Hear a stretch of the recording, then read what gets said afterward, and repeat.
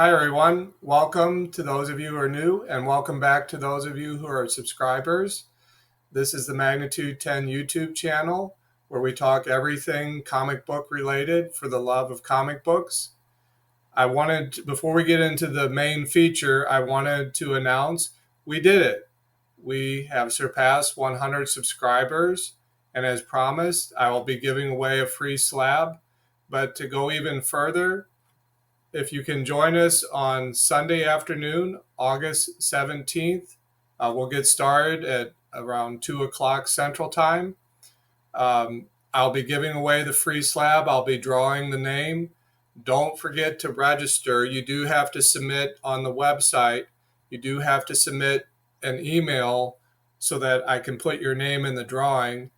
You can still do that. There's not really a connection between YouTube community. Like I don't necessarily, when you subscribe, I don't get any information per se. I'm going to take my best look. If you made it public, I should be able to put your name into the drawing.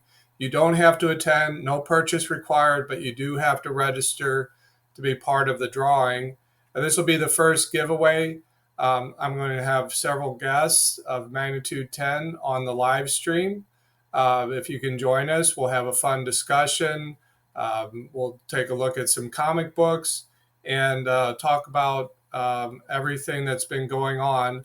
So once again, if you can join us for our first anniversary event, happy birthday Magnitude 10, will be Sunday afternoon, August 17th, and we'll look forward to seeing you there.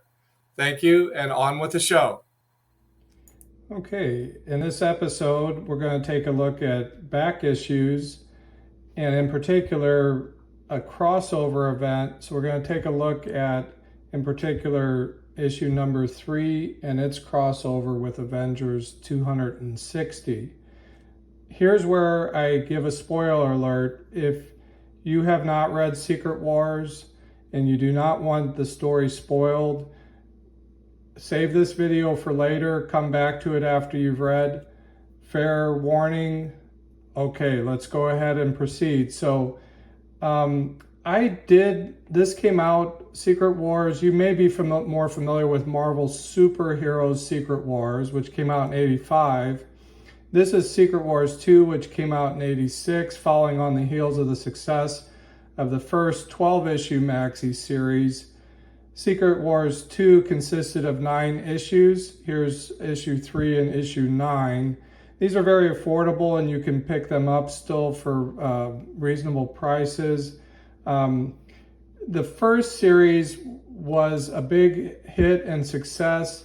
The basic premise was a rift opened in our universe to another sentient universe. For lack of better words, it was beyond our universe, and the being that was the other universe became known as the Beyonder.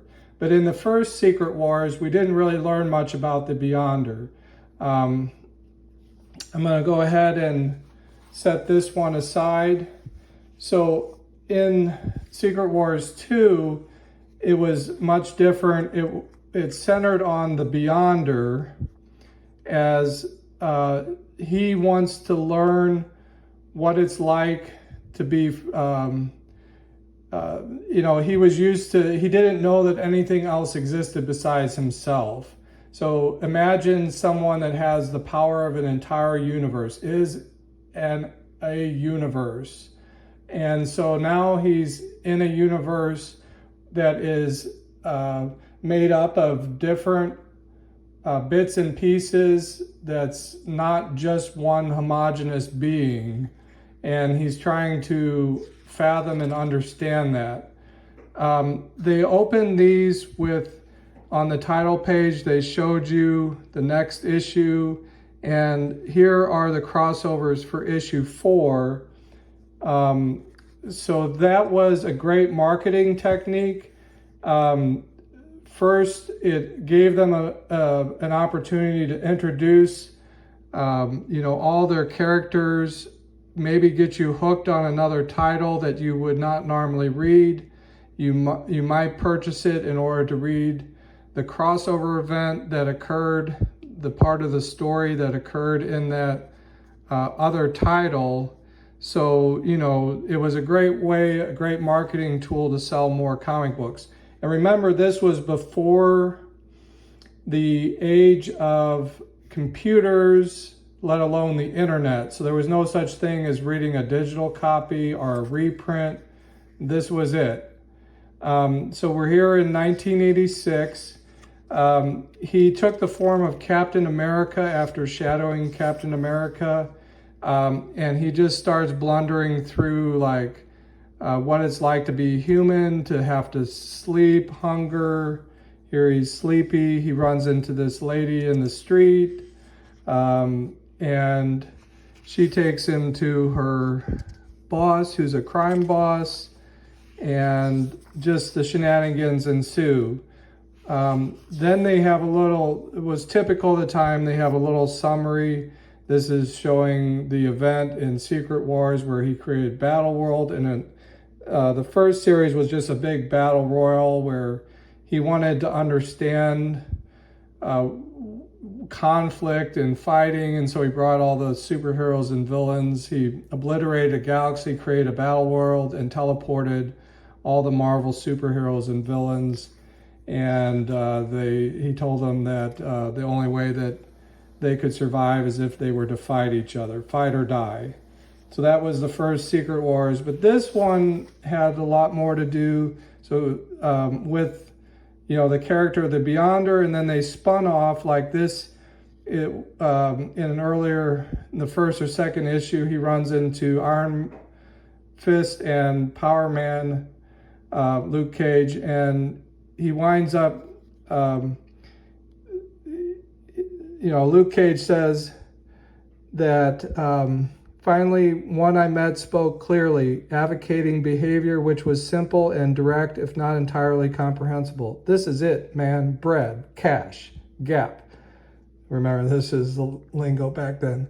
With this, you can get yourself just about anything, including the services of heroes for hire. Without it, you got jack. So he turns the Beyonder turns the entire condominium tower into a gold. And this was spun off in, like, I think Web of Spider-Man. There's a famous cover with that issue where Spider-Man's swinging in. And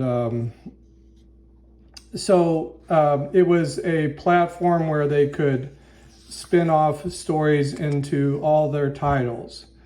So here he continues to learn what it's like to be human. He pursues, gambling and wealth and power, but then he starts to think for himself, that he's to the point where he can go off for himself. It's time for you to move on. I'm going to miss you. This is the crime boss, Vinny. You've been like a son to me. If you ever need anything, need my advice or anything, I'm here, okay? See you, Vinny. So he goes off on his own, and then he starts to think, I sense that your words do not match your thoughts. You actually find this accumulation of body fat repugnant. So then he removes it. He says he wants to muscle in on the Kingpin. So it's kind of a fun story. It's very different from the first Secret Wars. I actually liked it a lot. I know it's often overlooked.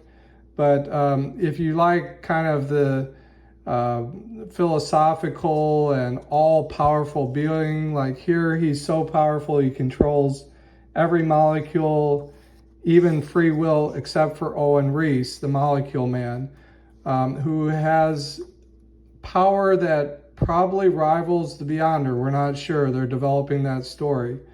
So this, then he takes over everybody's free will, realizes that he doesn't like that, that's not good. He runs into that same lady who he helped. She'd follow her dreams. She's gone to nursing school, and she thanks him for it.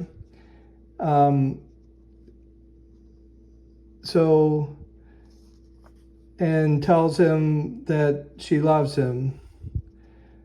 This is after maybe if I free your will. Okay, so he realizes that he wants to go ahead and release everyone from his control, and then he teleports to the Avengers mansion. I think Jarvis is the butler's name. The Avengers are away, as we're going to learn. They're in the middle of confronting a villain called Nebula in the Skrull Galaxy. And Jarvis tells him, and in this panel, he disappears only to return hours later, very depressed. I really made a mess of that. It was a horrible, disastrous. Oh well.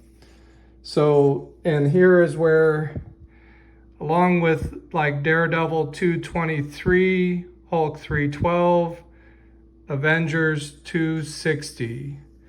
Find out what just happened in the Skrull Galaxy. It's not a pretty sight. Okay, so let's take a look at Avengers 260. So with these crossover events, here's Avengers 260. They would indicate on the corner that this issue of Avengers continued Secret Wars 2. Now, as it turned out, 261 also, so it kind of spanned 2 issues of the Avengers at this point in the story, with episode 3 or issue 3 of Secret Wars 2. But we'll just take a look at Avengers 260. So here they hint at the secret of Nebula, and it turns out that this is Nebula. It opens with Firelord, who's in this issue, showing up. The Skrull his homeworld's been destroyed. The Skrull homeworld has been destroyed by this villain only known as Nebula. And the Skrull can no longer shape change, and although they've been enemies of the Avengers for years, here they're teaming up with the Avengers to confront the threat that is Nebula, who's been going and destroying all these worlds. So they do still have their armada. Then here is, we're introduced to Nebula, and she's commandeered Thanos' old ship. At this point in the Marvel Universe, Thanos has been dispatched and disappeared, and they describe him as being dead, deceased. So a fight ensues in outer space, kind of cool. There's, a lot of suspended disbelief where they explain how things are happening. A lot of great teamwork. Avengers is a great team book. One thing I'll mention, I'll flip back here. So at this point in time, they took in the trade dress to showing you the members of the team. So we had Captain America, the Wasp, Hercules, Star Fox, the brother of Thanos, Captain Marvel at the time was this lady, and the Black Knight. So going back to the story, Firelord is dispatched and knocked unconscious. Hercules and Star Fox. So they would kind of pair up and interact, and just a lot of action. Here they're kind of showing like, oh, it's Thanos, but no, it turns out it's just a shape-shifting Skrull. So I guess some of them could shape-shift at this point. But here's the Beyonder all of a sudden showing up. So this is the jumping on point from Secret Wars issue 3 when he teleports from the Avengers mansion. And he says, I'm looking for the Avengers. Have you seen them? They're out of their They're out there trying to recapture Nebula's ship. Is that important? What's important is putting an end to Nebula. Were it in my power, I would hurl her from this very galaxy. I can't. He falls asleep for some reason. He's just been knocked out or unconscious. No Avengers in sight, just a large artificial body out in space. Perhaps that's the ship he referred to. So first he says, well, the Avengers are so involved in eliminating this Nebula person. Perhaps I can help. From what I've observed, such humans, they seem to affect a special form of garb for their battles. I suppose I'm going to assist them. I should do the same. And he instantly creates this armor, and he pops into the middle of the battle with Nebula right at this point.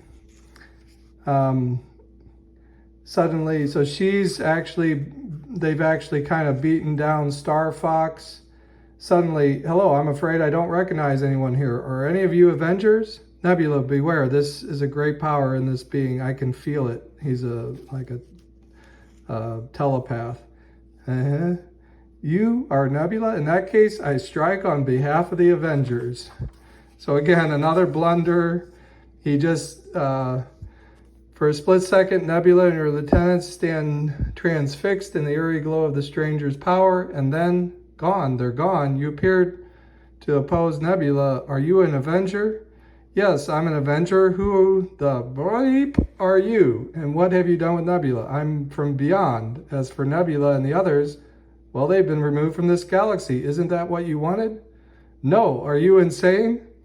I don't believe so, but I'm confused. The Flaming Man said, Flaming Fire Lord, did he put you up to this? Of all the, I don't know which one of you is the bigger idiot. Star Fox, what's going on? Where's Nebula? So then the mayhem ensues, where they're trying to understand. Captain America blazes, could that have been the Beyonder? He didn't look like the being I saw in Los Angeles. And see, they would always put a little asterisk in Secret Wars 2, number 1. And then they told you here also where things were appearing.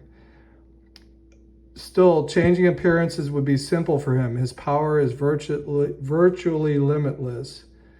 And so it was revealed that, earlier I kind of skipped over that she tells him that she's Thanos' granddaughter, and Star Fox, being Thanos' brother, makes her his niece. So it ends here with, I must know if Nebula's claim was true. She must be found.